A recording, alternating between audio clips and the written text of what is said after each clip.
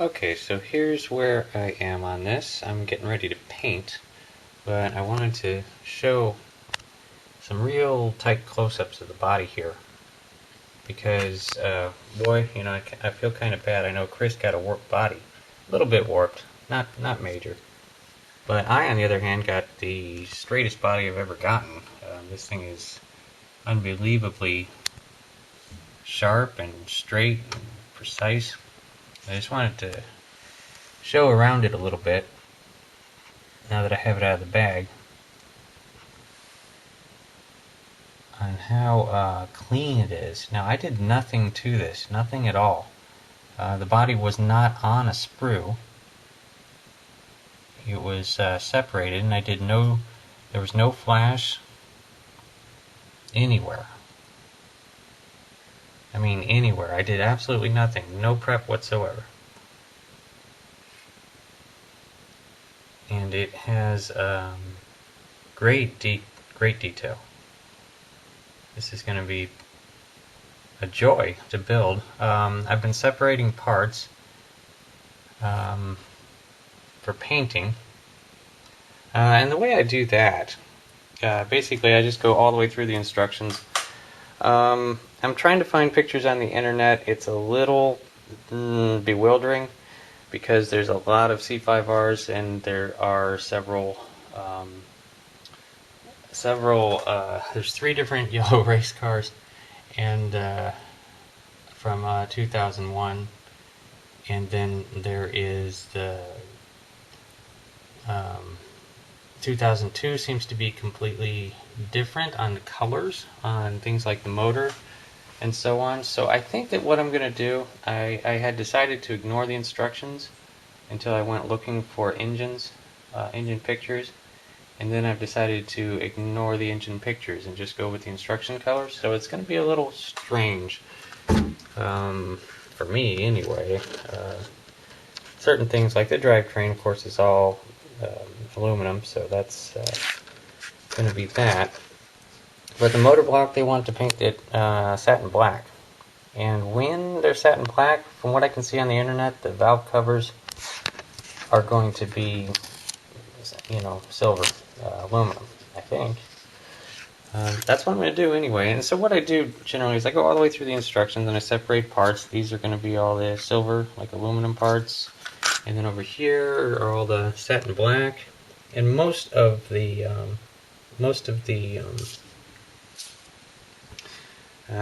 chassis parts are going to be satin black. Like this whole pan here is going to be satin black, and the seats and about half of the bracing and such. But the roll cage, they want to be gunmetal, and which is no problem. Except I don't have any gunmetal, but I'll be going out on Monday to get some. The way I do this, I know you're wondering why am I taking all the pieces off the tree. Let me get my painting stick here. I have a painting stick. This is this particular painting stick I've had for a long time, but it can be, you know, any stick. And what I do is I tape a bunch of toothpicks to it. And this particular one used to have 2 or 3 times this many toothpicks on it at one time. For some reason I had taken them off, and so like small parts that have any kind of crack or hole, you can stick onto the toothpicks, and any other part that you know, like the dashboard there, would take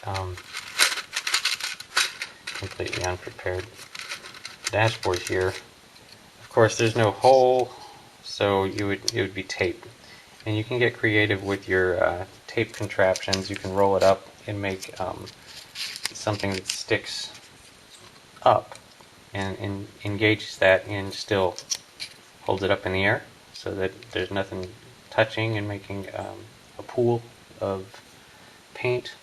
And it's just the way I've always done it, and I don't think I've ever actually really shown it, but on this kit I'm going to show my small parts painting process. I think I'm the only one that does it that way, but it makes me happy, so I'm going to continue. otherwise, I wanted to show super close-up of the decals. Because, oh yeah, the other part here. I was really nervous because some of the intake covers. Alright, so basically these pieces here, these intake covers, and then down here, these tubes, and another big part. Anyway, they all end up being carbon fiber. And I was all set to give my first try at trying to paint that. I think that you paint it flat black first, and then you put a piece of screen over it and paint some other color and try to get that pattern. And I was a little nervous about doing that for the first time because I didn't want to ruin this kit. Not ruin it, but you know. And then I find out that they did the carbon fiber on the decal set, and these pieces go on those pieces, and they take care of that problem. So, that's helpful. And look at these decals. Let me try again to get the close-up of the decals. There we go. I don't know if that's working or not. But these are super precise decals. Quite impressed. From a company called Cartograph. Sure, we've all heard of them. The better decals done by Cartograph for the model companies and silkscreen. And I'm just showing that. Anyway, I'm going to be painting today. I will surely come back and show you. I'll actually explain Digger Cuda. Since I'm going to be using this can of yellow, and I've got plenty of yellow, but what happens is it never sprays better than the first time you spray it. So I want to get as much done spraying on the first try as I can. And I had originally bought that can for the Digger Cuda, so I'm going to spray both these cars at the same time so that I get, you know, the best results from the first time with the can.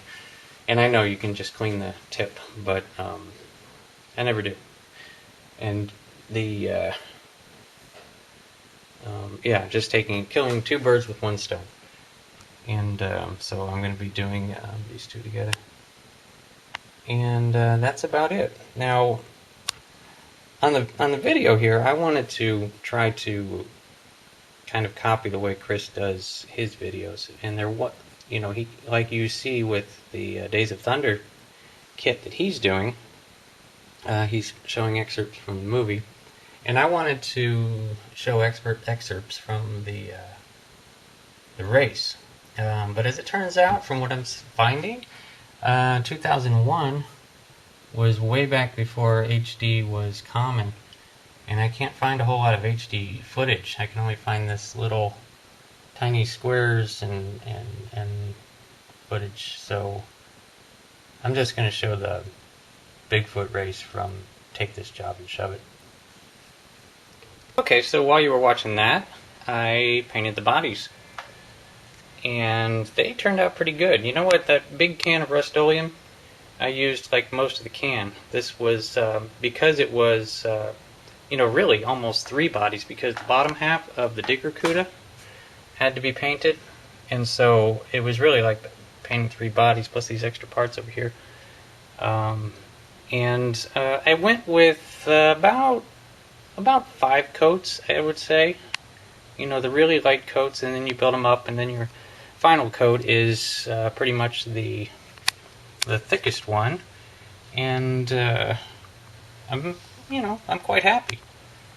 I don't see any problem with this paint job. It did the trick, and I'll bring the Corvette out to the sun in a second here.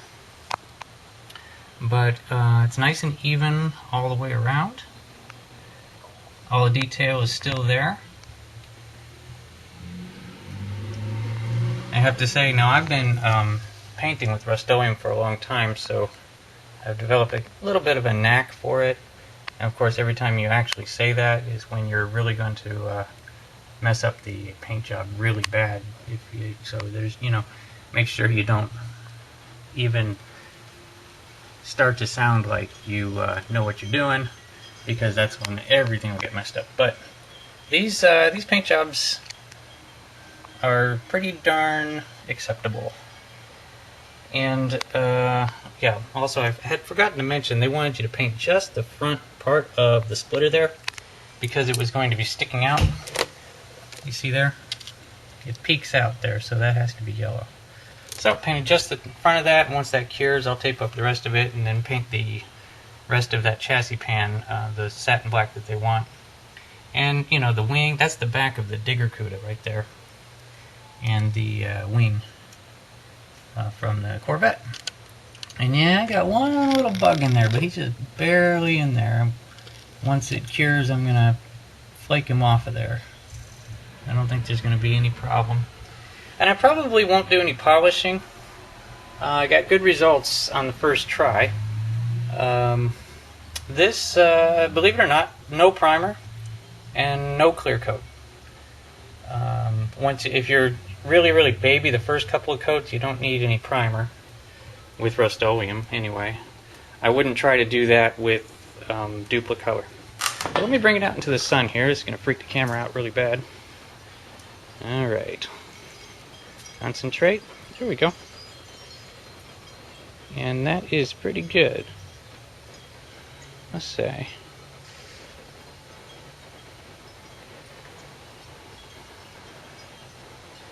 As you can see, didn't lose any detail. Get that. Where is the sun? There it is. Yeah. And concentrate really hard and not drop it. There we go. And that is about that.